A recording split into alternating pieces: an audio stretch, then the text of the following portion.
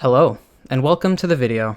If you're hearing this, it means the time is drawing near. Rejoice! For the fabled Wolf and the Lion video is almost done. And I know I said that ages ago, but the version of the video that existed when I said that has been all but destroyed, and a new, much better version has taken its place. And now that I'm finally satisfied with how it's coming along, I feel confident in releasing some other videos I've been preparing for the channel. One of my main goals with the channel is to give early seasons of the show the love that they deserve, and while I don't have the time to make a giant, super edited video for each episode, I think making these non-scripted breakdowns will be a good way of making sure I cover everything I miss with the Best of Thrones videos. So if you're seeing this, it means the Wolf and the Lion video is either done or getting very, very close. Because once this video drops, I'll be releasing a breakdown each week until the Wolf and the Lion video comes out, which means that video will release 4 weeks after this video is published. So do not despair, more content is finally on the way. So yeah, without wasting any more time, let's just hop straight into it.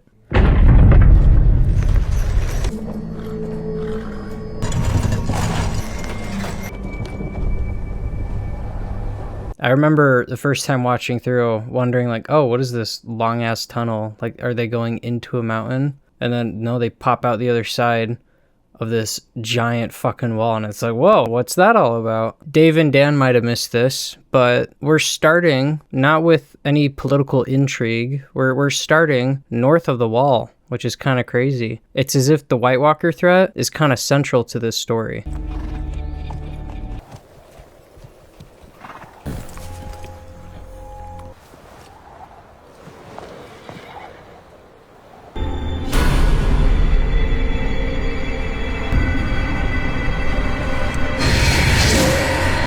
Great way to break the tension too. Just the entire opening sequence, you're like, yeah, I don't like this place. There's obviously a giant fucking wall for a reason. There's probably some spooky shit out here. And rather than stumbling upon the actual threat, we just stumble upon the aftermath. Great fucking choice. And then we've got this symbol here, which, what does it mean?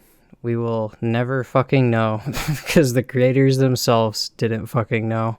I remember for a while thinking that this was actually a necessary step in like the resurrection process. You had to basically you had to do kind of a ritual to actually get people to come back to life, which would have been a fine explanation, but they just went with no explanation, which that's a choice that you can make, I guess. I will do my very best to stop mentioning how the show is fumbled. It is going to be hard though, because a lot of what makes the early season so great is all the very meticulous, very, very cool setup. And unfortunately, it's kind of impossible not to address which parts of it were kind of completely dropped, especially one like this that's so in your face. When you're watching it the first time, this is a big old mystery, and when you're rewatching it, it's just a big old fuck you. We should head back to the wall. Our orders were to track the wildlings. We tracked them. You don't think he'll ask us how they died? Get back on your horse. They don't say who's in charge, because they don't have to. You can tell just by this little exchange that he's the one calling all the shots. And it's also our very first glimpse at one of the biggest problems with this world, and one of like the biggest themes that this and the books explore. The idea being that a fundamental flaw of this system is that the wrong people are given power. In the books, it's more explicit. I think this is Garrett. I don't remember the older man's name, but this is clearly a veteran Night's Watch member. And you can tell that the other guy, despite being in charge, is younger and probably a lot less experienced. But somehow he is the one in charge, and it's because of his decisions that all three of these guys end up dead. And yeah, before we've even gotten into like super hardcore political intrigue, we're already seeing like the flaws of this system. You want to run away south? Run away. Of course, they will behead you as a deserter if I don't catch you first. Get back on your horse. I won't say it again. Right there too, we're given a bit of a taste at how brutal the system is as well. We very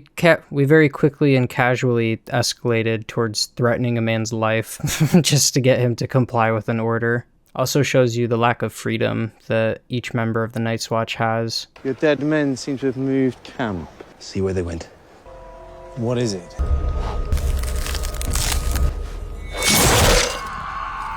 That was such a what the fuck is that kind of moment.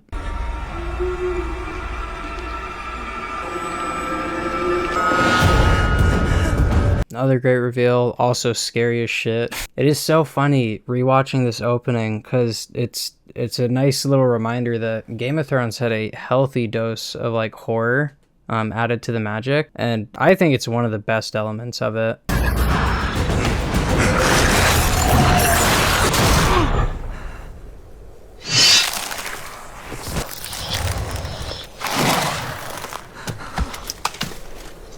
Not the best prosthetic, bold choice, having the camera close up on it. But yeah, what a great fucking start to the show. I also really like the choice to keep the White Walkers obscured. They're called the Others in the books. I really like the choice to keep them obscured. They get a really, really cool, like, detailed description right off the bat in the books. And if it was shot as it was described from Will's POV, we would have gotten a pretty good look at all of them. But I do think, being the slow burn that the story is, I think the show does benefit from withholding the visual from us. About the fact that they let Will live. In the books, Will goes to examine Royce's body after he's been killed by the others. And during the fight, Royce's sword, the same way it happens in the show, Royce's sword gets shattered into like a million fucking pieces by one of the other swords. Sorry, I keep saying others. It's probably gonna confuse people. One of the White Walker's blades shatters his sword, and Will picks up like the mangled hilt with like the twisted end, and he's gonna take that back as evidence. But then Royce's body resurrects behind him, and then when he turns around, it like chokes him to death. And then in the next scene where Ned beheads a deserter, it's actually the older guy, the one we saw just get beheaded.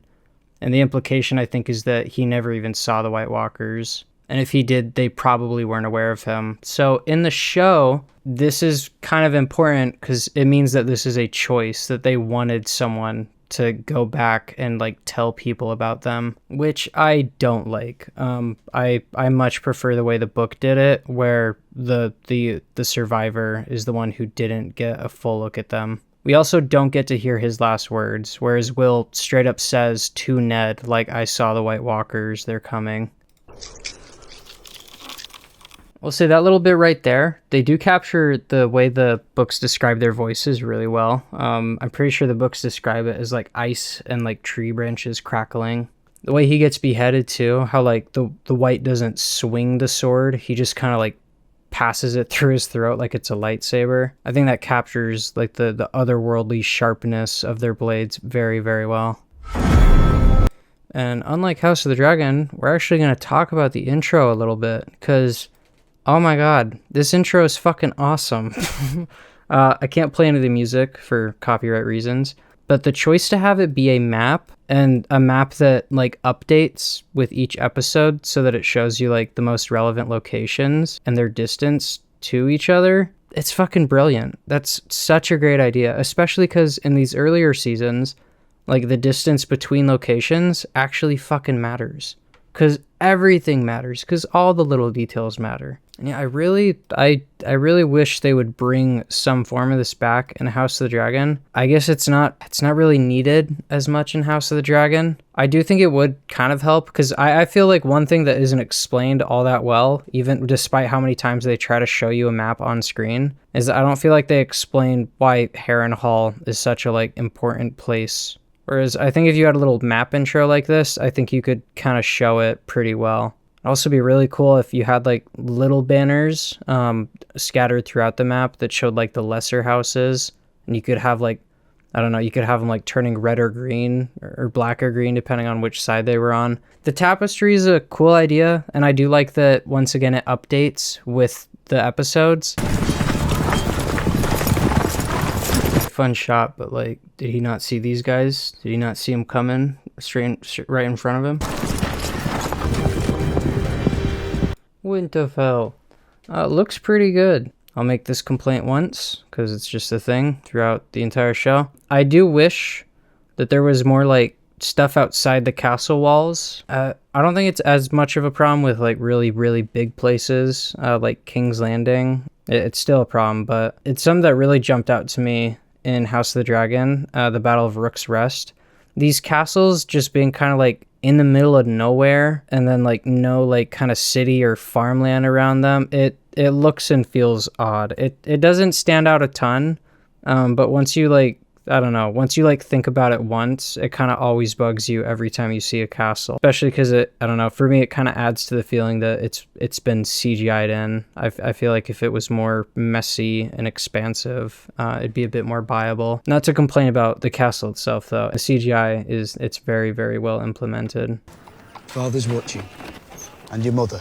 He says, go on, father's watching, and your mother. Boom. So we already know these guys have the same dad, but they don't have the same mom. What's that all about? Fine work, as always. Managed to get in these. Boom. Sansa being good at doing princess stuff. What's she making? She's making a square, because Sansa is a square. Oh my god. And Arya, I'm pretty sure that's Arya's name. Note that she's doing a very bad job of it, to show that A, she doesn't fit into the princess role that she's trying to be fit into. Also, the expression on her face, she's clearly not having a good time. She's clearly a little jealous of her sister, who is nailing it. And Arya's entire story is all about identity. And she has like the whole list of people that she wants to kill and how she says their names every night. And then she joins like the faceless assassins who expect her to give up her identity. She meets the man with no name. Like, it's so great. It's so fucking good. And then she hears the boys laughing and having a good time. And it's like, oh, she clearly wants to be doing that instead. Like, we get so much character for so quickly. It's so efficient. I don't know whose choice this was, but I hope they were fired for it. Because, oh my god, they did my boy so dirty. Why? Just why? Why the sideburn beard? It's so goofy looking. 10 is too young to see such things. He won't be a boy forever, and winter is coming. Winter is coming. The way this man says winter is coming, like, it makes it sound like he knows it's not gonna be just any kind of winter. Game of Thrones, another big theme is cycles, whether it be cycles of violence or the changing of the seasons. The idea that everything kind of repeats itself throughout history. And I think the reason Ned says winter is coming the way he does so many times is because I think Ned just knows the way this world works. I think he knows that before his kids die, they're probably going to see some crazy fucked up shit. And there's also that other layer to it, the idea that, yeah, like winter is coming, get scared, like be prepared. But also the idea that if you can get through the winter, like there's going to be something better on the other side. And that's kind of Ned's hope as a dad, that he's going to prepare his kids for the worst, but when winter comes, you know, his pack is going to survive. Also, very, very interesting to have our protagonist start the series with beheading a man that we know has done nothing wrong, really. I say nothing wrong, he is a deserter, but, you know, doing something that obviously no one today would expect you to be beheaded for. Don't look away. King of the Andals in the first Father will know if you do. I also love that line too. To me, it implies that Jon looked away the first time and that Ned saw right through it. Also cool to be like, hey, don't look away. It's like, Bran's gonna see some shit this episode. Bran's gonna see a lot of shit this episode. And wouldn't you know it, he's gonna be a green seer. He's gonna see the world with 1,000 eyes in one.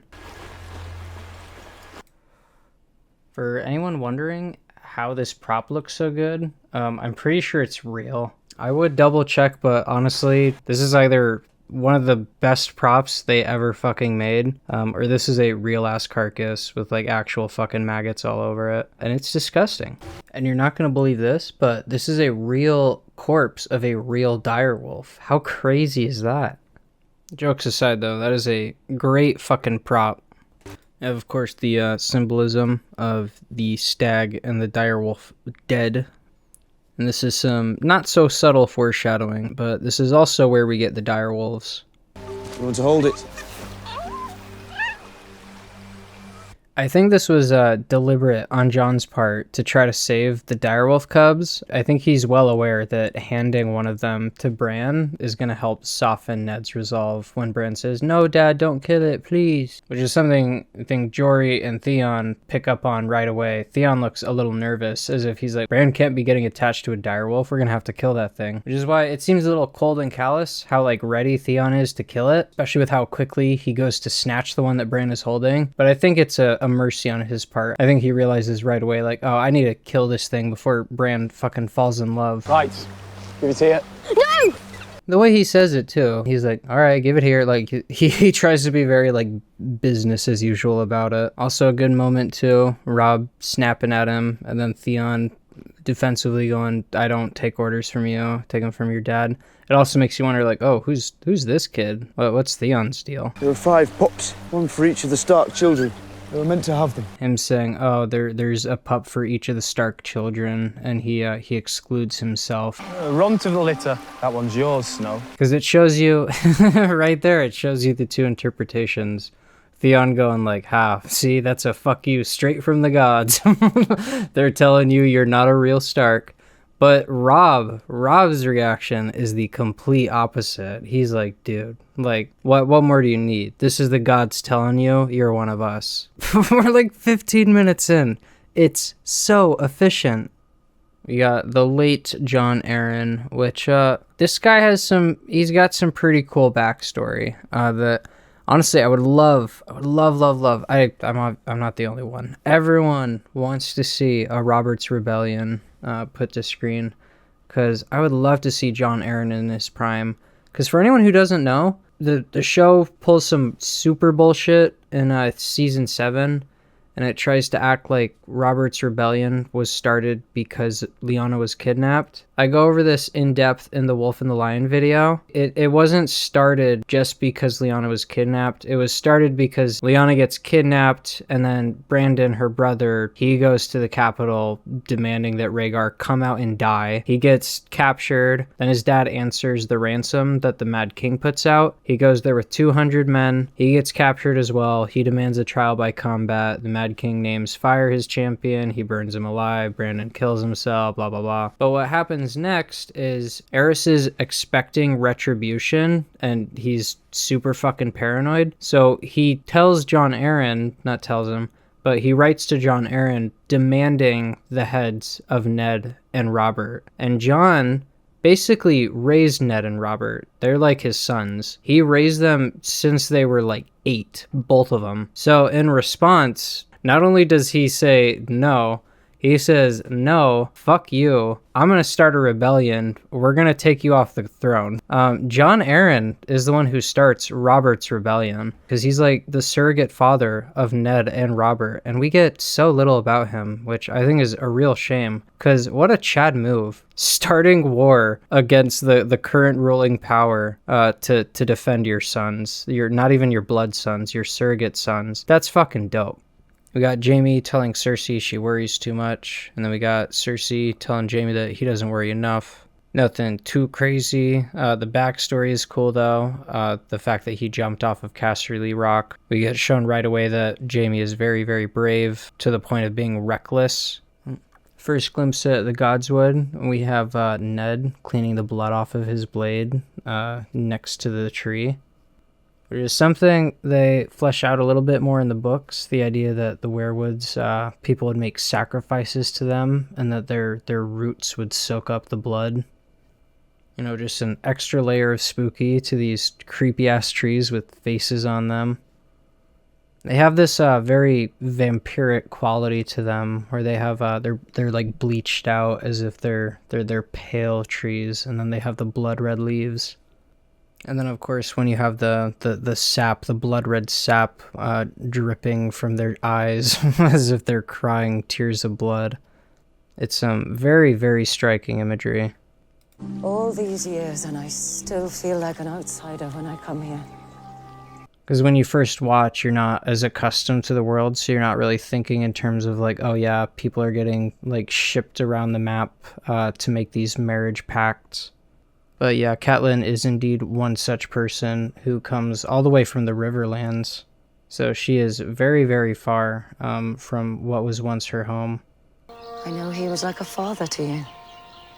I will say I wish we got a tiny bit more from Ned. Like, I can buy this reaction in the moment, but learning what I've learned about Jon since then, I feel this is like one of the most important people in Ned's entire fucking life. I feel like he'd have a bit stronger of a reaction to hearing about the death. The Raven brought more news. The king rides for Winterfell. If he's coming this far north, there's only one thing he's after.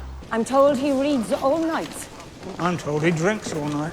We got our first, not intro, but we got our first mention of Tyrion. And already we have conflicting reports of who he is. We have Cat saying that he reads all night and Lumen saying he drinks all night. I mean, good luck drinking and reading all night, but they're kind of both true.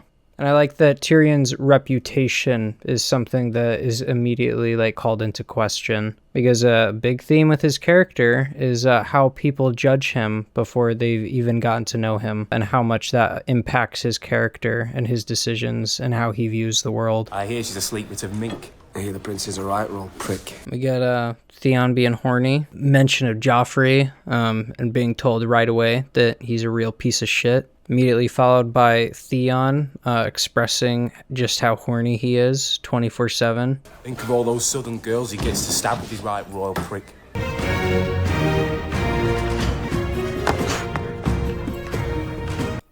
And I gotta say, the choice to make Bran not just an athletic little boy, but an avid climber as well, and a parkour enthusiast, great fucking choice, especially because this is the only episode we get where Bran isn't crippled. So showing how much he relies on and enjoys his freedom of movement. It's a really good touch because it helps you feel the impact when he loses it and when he expresses that he would rather be fucking dead than in the state he's in after he falls. Gods, but they grow fast.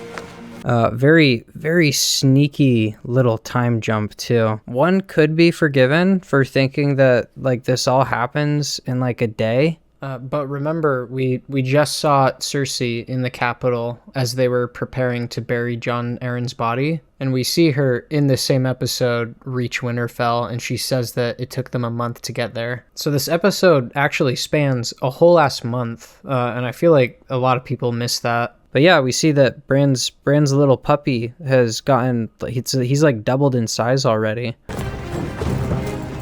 Arya hasn't even said a word in this episode, and we've still gotten so much for her. She's sporting her helmet, playing soldier. She's so excited to see all the soldiers coming in, and we show like the POV shot as she fixates on the Hound especially. And yeah, we get loads of tomboy energy. Can I say that anymore? Is that allowed? We got loads of masculine energy coming off of it. No, Arya is not like other girls, okay? That is what the scene is telling you. Where's Arya? Sansa, where's your sister? Arya will be missing for several fucking seasons. So the fact that, you know, Kat's over here, like, where the fuck is Arya? Another little taste of foreshadowing.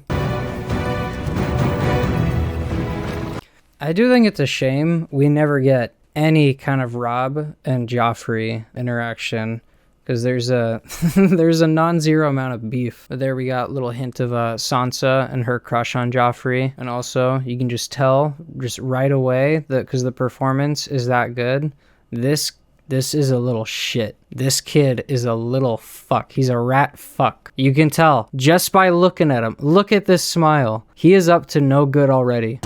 Such an awesome helmet. I really wish they hadn't fucking ditched it after this season. I get that it's clunky and it's a bit awkward and it looks a little goofy, but god damn it, it's so cool. And clearly someone put a lot of work into making it look good and also making it functional so that he can actually like pop the visor up and down and you can see his face. I really wish they had kept it around. It does all sorts of crazy shit in the books. That helmet goes on a little tour of the Riverlands. And there he is, the man, the myth, the legend.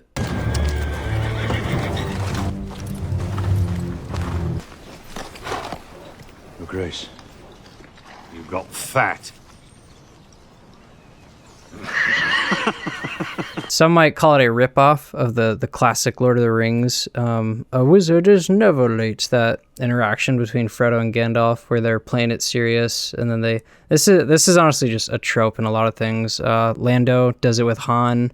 You know, two old-time friends pretending that they're beefing a little bit just for some on-screen tension, and then it breaks, and then it's like, oh, like they're best buds, and that's why they did that joke. As always, there's an added little layer to it. Last time Ned saw Robert, he was not fat. Might have been a bit overweight, but he was in good shape. He was in Greyjoy stomping shape last time he saw him. And you can bet your ass that Robert is self-conscious about the fact that this is Ned seeing, this is his body reveal to Ned. And to me, this is his way of telling Ned, like, yep, I'm fat now, and I'm going to joke about it. We can laugh about it. It's okay. I'm just so happy to see you. Which, you know, I fucking love Robert. And his bromance with Ned is really, really, really sweet. 9 years. Where the hell have you been? Guarding the north for you. 9 fucking years. Those two have not seen each other. And Robert even asks, he's like, what gives? Why haven't you visited? Robert doesn't press the issue when Ned just gives him the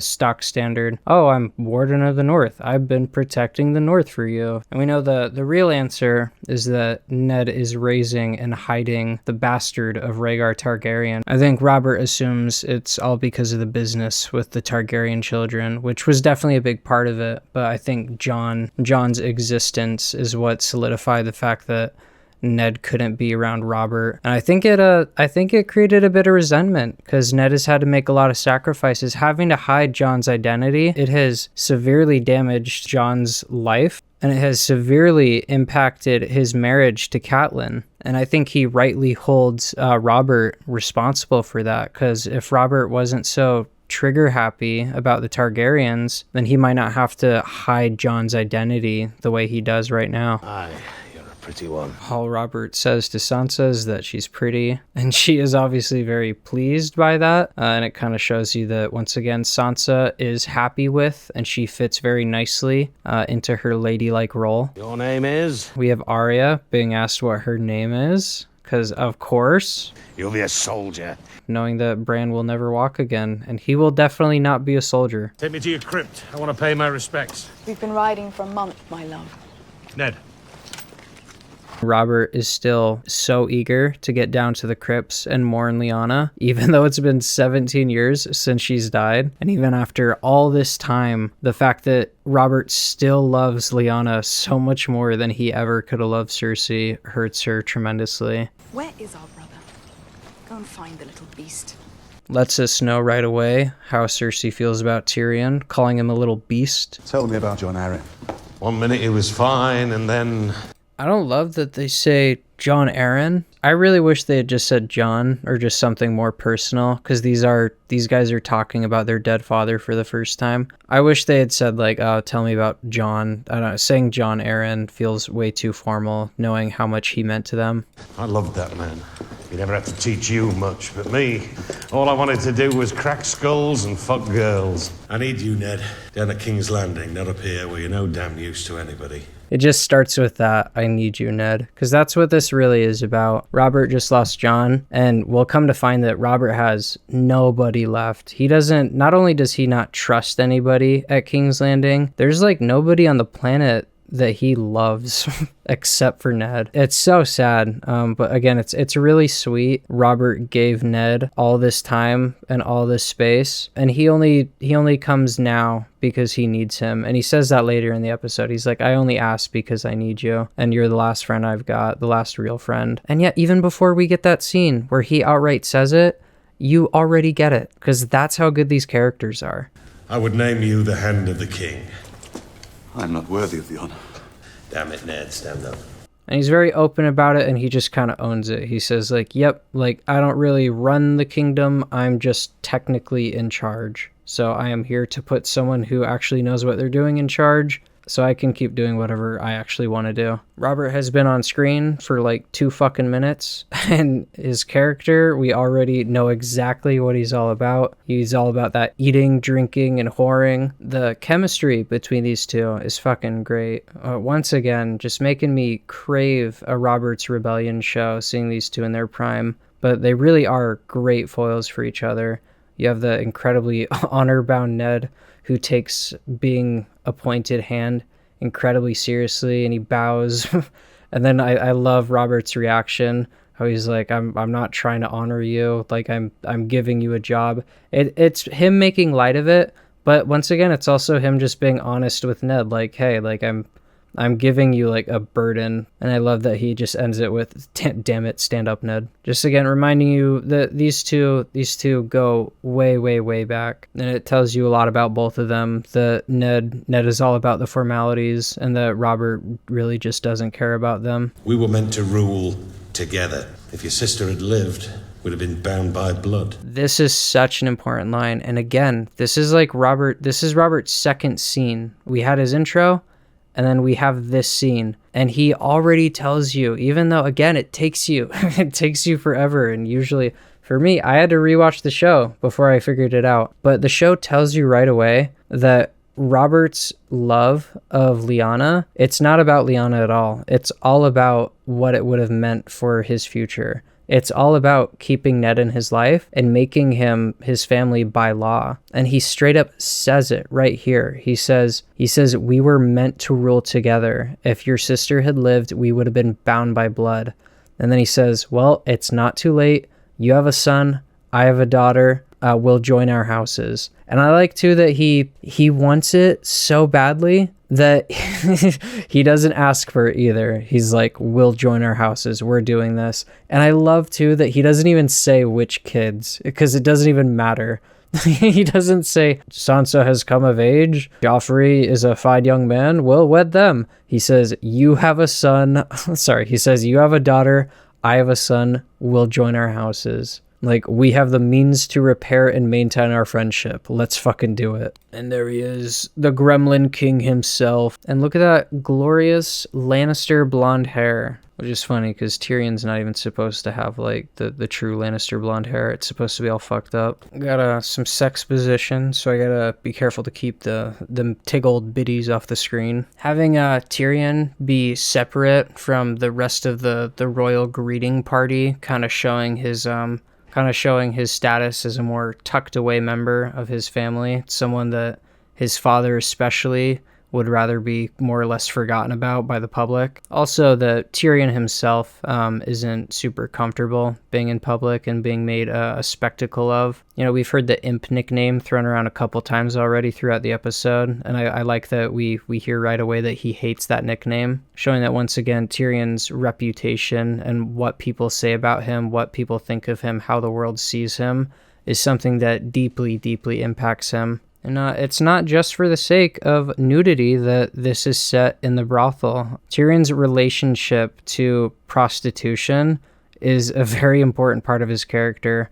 It's definitely less important than it is in the books, but the idea that Tyrion has to pay for love and affection from women when it's something he desperately craves to get simply by being himself, that's yet another huge component of his character.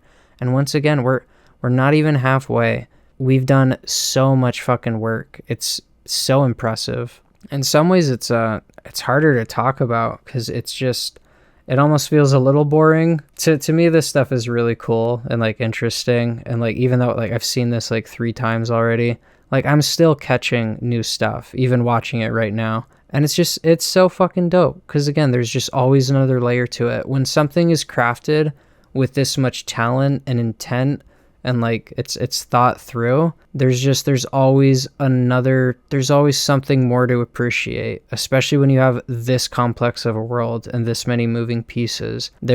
You're bound to miss so much on a first watch through. It's so rewarding to realize the buildup was even better. Like there's another reason that the scene you already thought was good is actually fucking amazing. It's done, Your Grace. Targaryens are gone. Not all of them. And just like that, we whip across the map, and it's time to introduce a new family of crazy blonde people. This might be a hot take, but I think that this is probably, the season 1 is probably Emilia Clarke's best performance as Dany. I don't know what happened. People might disagree, but I feel like she does pretty okay, if not good, in this season. And then I don't know, she gets really, really bad. We'll get to that when we get to it. But I like the distant, far-off look that she has here, even without saying anything. You get the sense right away that she doesn't want to be here and that she's dreaming of freedom. Daenerys! There's our bride-to-be. I remember wondering for a second, too. Like, oh, why is she so weird? Why is she acting like a prisoner, but this guy is being really chill with her? And any illusions of Viserys being a chill big brother are about to be immediately destroyed. He knows I won't forget my friends when I come into my throne. I'm going to talk about Illyrio and Varys quite a bit in the Blackwater video. This plot thread in particular is really confusing to try and analyze and make sense of now that the show has completed, because what's set up, especially in season 1, gets like kind of softly abandoned for seasons 2, 3, and 4, and then it gets like hardcore confirmed abandoned in season 5, and then it gets kind of retconned in season 7. The point being, it's a big old fucking mess. I also like that Daenerys doesn't protest in any way, but you could always see a look of annoyance flash across her face when she's like, oh, here we go again, this creep's about to undress me. I remember seeing this at first and being like, oh, is this the incest I've been hearing so much about? And interesting to note that Viserys actually, weird as it is that he's like feeling her up, it seems like he is actually just assessing her like she is livestock. I don't think we're supposed to take from this that he's actually attracted to her. I think it is purely like to show how little he respects her as a human being. The fact that he would just casually undress her to give her body a quick inspection for the man that he wants to sell her to. I need you to be perfect today. Can you do that for me? You don't want to wake the dragon, do you? It's a good line right there, too. Good little hint to Viserys' self-aggrandizement and the way he uses that to justify his abuse and his just treatment of people in general. You get a feel for how fucked this man's mind is almost right away. When they write the history of my reign, sweet sister, they will say it began today. Just the complete lack of self-awareness. Like, is that really something to be proud of? What an accomplishment, the way you sold your sister. I go a bit back and forth on this. The fact that Daenerys is fire and heat proof entirely. In the books, she's not fireproof at all. The incident at the end of season 1 and the end of the first book, that's just supposed to be a miracle, basically.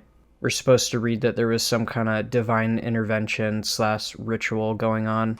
But in the show, they made it so that she is outright immune to being burned, whether it be hot water, hot metal, hot anything. As of now, though, I don't think by itself it's a problem to have her be heat proof. I'm not gonna ding this as a problem with the show. I do think it could have been executed better, but I don't think this is a bad idea. He's a savage, of course, but he's one of the finest killers alive. That line shows us already Viserys's problem with the Dothraki and how he views them and the lack of respect he has. That casual, he's a savage, of course, but he's one of the finest killers alive. The Dothraki are a very primitive and barbaric culture. Calling them savages isn't unfair by any means, but him saying that tells you right away that he doesn't really respect the power that he's contending with, which is really cool because seconds after he's been introduced, we're already planting the seeds of his destruction. Soon you will cross the narrow sea and take back your father's throne. It's hard to tell how far Varys and Illyrio expected Viserys to get with how little they prepared him. They kind of fed him to the wolves. Do you think Joffrey will like me? What if he thinks I'm ugly? Sansa is very happy with her lot in life right now because she does fit very well into her role, but her entire story is all about realizing the reality of that situation is so much more fucked up than she was ever willing to entertain. But even her, someone who would have been a perfect lady, who would have been a perfect queen, she gets put through the fucking ringer. And watching her growth, I wish I could say it was satisfying, but goddamn, what they do to her in season 5 is unforgivable. It sucks so much to watch all this slow fucking build up and to see her finally take agency after the Lysa incident, and then for the show to just abandon it. just turn her back into a victim after she's had to play that role for like 4 fucking seasons already. Yeah, I can enjoy a lot of these stories of these characters, even knowing how they've been ruined. Sansa is honestly one of the harder ones to do though, because Sansa's one that we get so little payoff for her, and so much of her story is set up in the first 4 seasons that it really feels like you get so little bang for your buck at the end of the day, because she doesn't really she's not allowed to grow at the same rate as other characters, and then when all is said and done, she's just cucked out of her growth entirely when the time comes. Here we got Robert fucking around as he do, and seeing Robert so casually fuck around while she has to keep all of her dirty secrets on the down low at risk of death. That's something that drives a lot of her resentment. Lady Stark thought it might insult the royal family to seat a bastard in their midst. The irony is so palpable, knowing that all of the Lannister children, all of the king's children are bastards. That's such a funny line in hindsight. And this is a good little summation of Jon's character, the fact that he is an outcast and his coping mechanism. And his coping mechanism is grabbing a sword and going to town with it. Which is very fitting, because right here, he tells Uncle Benjen, take me with you to the Night's Watch. Get me the fuck out of here. No bastard would ever refuse to see that. So take me with you when you go back, Jon. I love that too. I love that he uses Jon's dream of the Night Watch to comfort him. And then Jon's like, well, fuck yeah, take me with you when you go back. And he's like, well, hang on. I said you're always welcome to come to the Wall, as in there's no rush. You don't have to do it right away. And this is something that Jon has not been properly informed of, and I think Benjen knows that. And it's also something that even if he was, Jon's young, he's gonna regret this decision to some extent, because the Night's Watch is a crazy commitment, and Jon has no idea all the stuff he's gonna be giving up to join them. Your uncle's in the Night's Watch. It's a great interaction between Jon and Tyrion. There's an infamous moment from the books that happens here, where in the books, Tyrion learned gymnastics at one point. I know that sounds like the most random thing ever, and it honestly kind of is, because in this scene, Tyrion is like standing on top of, I think he's like standing on top of a wall or something, and he like jumps up and does like, he tucks into a little ball and does a somersault, and then he lands on his feet. Or no, I think he lands on his hands, and then he springs to his feet.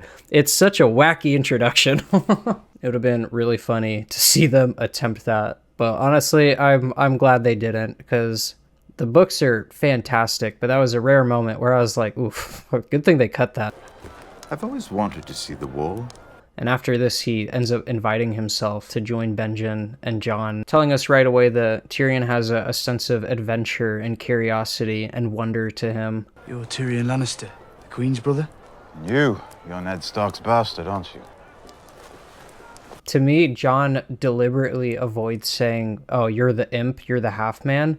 He addresses Tyrion, I think, in the most respectful way he can think of, where he says, oh, you're the Queen's brother, Tyrion Lannister. And Tyrion responds very flatly with, yeah, and you're Ned Stark's bastard. Did I offend you? Sorry. And we see that he's bad at handling people, but he's also a very sincere character. He quickly recognizes his mistake, and then he offers Jon a bit of life advice, telling him like, hey, you're going to be a bastard for the rest of your life. You really shouldn't let comments about it unseat you the way they do. You need to learn to own it the way that I do. And Jon's like, what do you know about being a bastard? And he's like, look at me, I'm a dwarf. All dwarfs are bastards in their father's eyes. And we will come to see that that is very much true. Tyrion is seen by not just his father, but a lot of people as illegitimate or lesser than, simply because of what he is physically. Hello, little dove. But you are a beauty. There we go. We are 3 for 3. Another super subtle reminder that Sansa, all that matters to this system is how she looks. I love that she walks up to the queen and she just smiles and she just doesn't say anything until the queen like asks her a question. She just sits there knowing like, yep, I'm doing what I'm supposed to do. I just gotta walk up and look pretty. And have you bled yet? That is such a, like, holy shit, what? The first taste of Sansa getting a cruel reality check. And it's so sad that she looks to her mom almost as if, like, do I have to answer that? Like, is that okay of her to ask me? And obviously it's fucking not, but it's the queen. So Catelyn's like, yep, go ahead, tell her. And that's truly the greatest tragedy of Sansa's story. Her parents' failure to protect her from this system. As well set up as all the Starks were, because they were raised better than a lot of the kids in Westeros, Sansa was criminally underprepared, and she really did have to learn all of it almost on her own, or from really shady people like Littlefinger. It's a very Cersei thing as well, to go straight from pleasantries to, oh, by the way, have you bled yet? I need to make sure you can be impregnated sometime soon.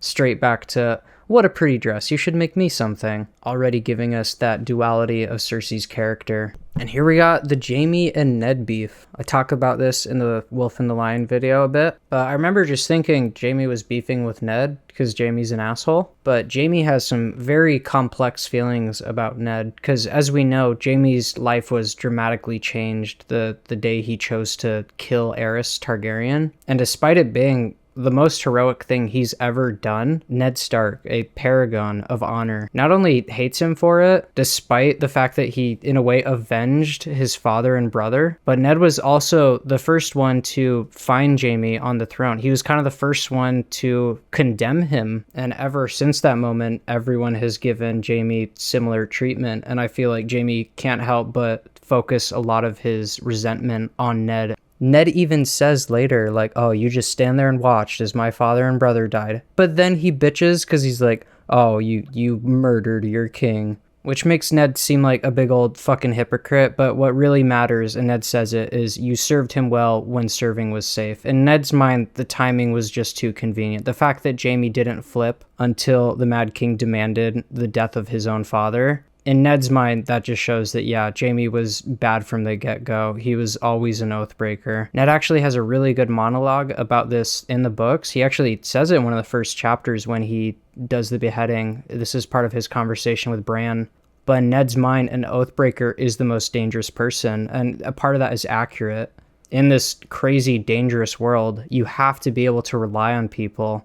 And if they're just gonna shit out on you the second it's convenient for them, well, then you can't put any faith in them, because this world is constantly shifting in terms of power and alliances. So you need people who keep their oaths in spite of everything. And I talk about it in the video, but there's of course the Arthur Dayne aspect as well. And I'll save that for the Wolf and the Lion video, because I've already talked about it.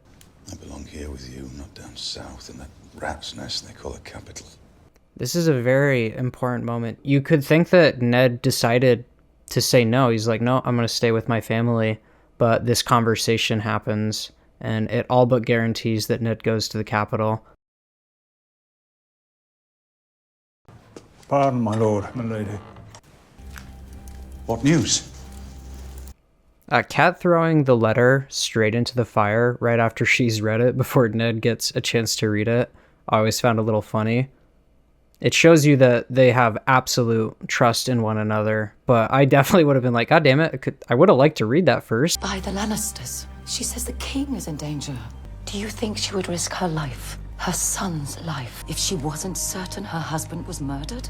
And this is also critical. There are many mistakes made by the Starks in this first season, and you gotta, unfortunately, blame a lot of it on Cat's connections. Right here, Lysa convinces Cat, and then Cat convinces Ned that the Lannisters murdered Jon Arryn, because why would she risk her son's life to do that if she wasn't certain?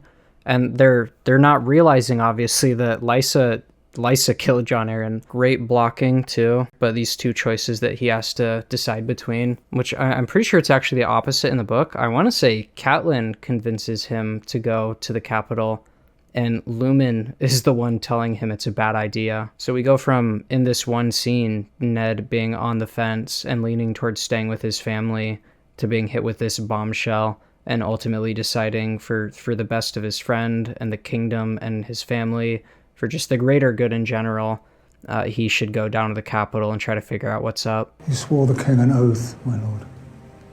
I like how that's the line too that catches Ned, because that's what Ned is all about. In Ned's mind, you're only as good as your word. You're only as good as the bare minimum that you're willing to do. You're only as good as all the sacrifices you're willing to make to preserve your kingdom and your people. Your father and brother rode south once. A different time, a different king. And yet another allusion to the fact that this world is trapped in cycles, and that even though we have a new king in charge, history is doomed to repeat itself. Ned is going to travel south, and he is going to be unjustly killed, and that will spark yet another war. Dothraki wedding without at least 3 deaths is considered a dull affair. It's a fantastic line. It's hard to remember what it's like seeing this for the first time, but this episode does such a good job. This world is brutal and crazy enough, and it really strains your modern sensibilities, but the Dothraki take that and they crank it all the way up to 11. I like how there's a moment where a girl is she's getting done, she's getting hit from the back right in front of everybody, like feet away from Dany and Khal Drogo, and you see another Dothraki run up and like throw him off of her, and for a split second I remember thinking like, oh, like that's cool, showing us that like there's honor even among this crazy wild tribe. But no, he just grabs her and he starts taking his turn, and it's like, oh Jesus. And then those two guys fight and they kill each other. Again, a really good way, kind of subverting your expectations and then just driving home how fucked up this society is. The ages have turned them to stone, but they will always be beautiful. I think this is supposed to be a show of good faith. This is supposed to be so that in future, many years after Illyrio has been potentially forgotten by Daenerys, she can be reminded of who gave her the dragon eggs. This is a rather significant gesture, and it would go a long way to securing Dany's loyalty potentially in the future. It's also interesting that they're given to Dany and not Viserys, as if it's to make sure that they're in the possession of her and the Khal, and not her brother explicitly. So again, giving me vibes that Viserys was always meant to die. I don't know how to say thank you in Dothraki. There is no word for thank you in Dothraki. Another fantastic line. The world building is so fucking good. Yet another reminder that Dany has just been sold to possibly the worst faction in this world. And yeah, the following moment is pretty fucking yikesy. And the show rides a very thin line of using shock and gore and like sexual assault and violence and trauma. It uses all of those things very effectively to explore all these themes and characters and to say something more about like the world we actually live in. But then there are moments like that where it dips a little too far into just, ew, like how repulsive. Like let's see how much we can gross the audience out. Let's see how much we can disturb people. I don't know. I feel that scene definitely pushes it, where we don't really need to see as much as what's being shown, because all that's really being communicated is that Dany is being raped. Whereas in the books, I won't get into it because it's messy, but there's quite a bit more to it, and I think it's more interesting. And I also think it justifies the heinous shit that is being depicted a lot better, because it feels like it's making more of a point rather than just trying to disturb the shit out of you. Thank you for saying yes. I only ask you because I need you. You're a loyal friend.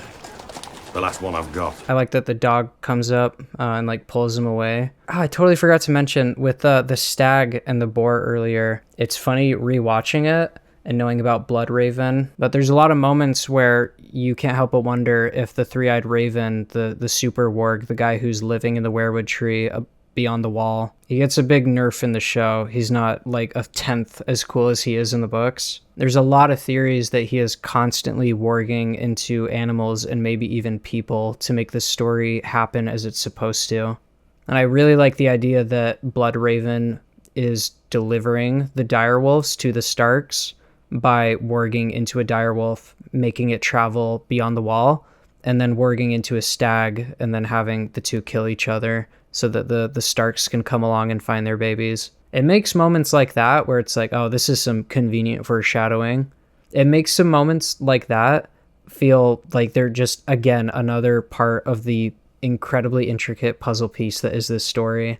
And I definitely think that, we know this because George has described his writing style, and he said it's more like a gardener, where he doesn't actually outline things strictly. He more so starts with an idea and then lets it grow naturally. It is funny to think that there are some of these moments where it is less than stellar writing, but in hindsight, because of characters and events that have been added to the story, it ends up making even more sense all over again. And yeah, I really like the idea that anytime we see an animal influencing the story, you always wonder, like, is that Bloodraven? Is Bloodraven controlling Bran's wolf right now to get him to go climb that tower?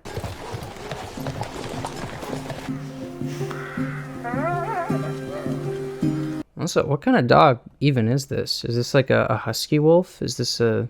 I never even thought about that before. What breed is this? Would this actually be a baby wolf? Is that allowed? How old are you, boy? 10. 10.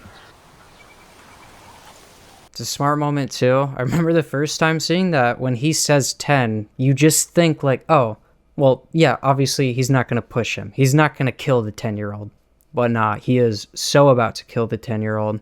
And this is a fantastic moment because this is like the first big shock of the story. And in hindsight, Jamie's decision here is so fascinating because we know what the secret getting out means. And we know that it means war. It means a ton of innocent, unrelated people dying. So as gross as this is, and as much as like Jamie's main motivation might be to just continue fucking his sister and getting away with it, knowing what we know about his character now, I'm confident that Jamie is thinking in the back of his mind like, well, this sucks, but at the same time, like, if this kid doesn't die, if he lives and tells somebody about this, we're gonna have war. Like, millions of innocent people are gonna suffer. And yeah, again, it's so fucking cool because that does not cross your mind at all the first time. You have the intended reaction of, holy shit, what a scumbag. I can't believe he just pushed that kid out the window. But again, when you rewatch it, there's so much more to think about. The things I do for love. Boom. What a fucking ending. Goddamn. That is how you do it. Yeah, and I hope you all enjoyed. If you're still here, thank you so much for watching and listening all the way through. I really, really appreciate it. And yeah, take care. I will see you in the next video.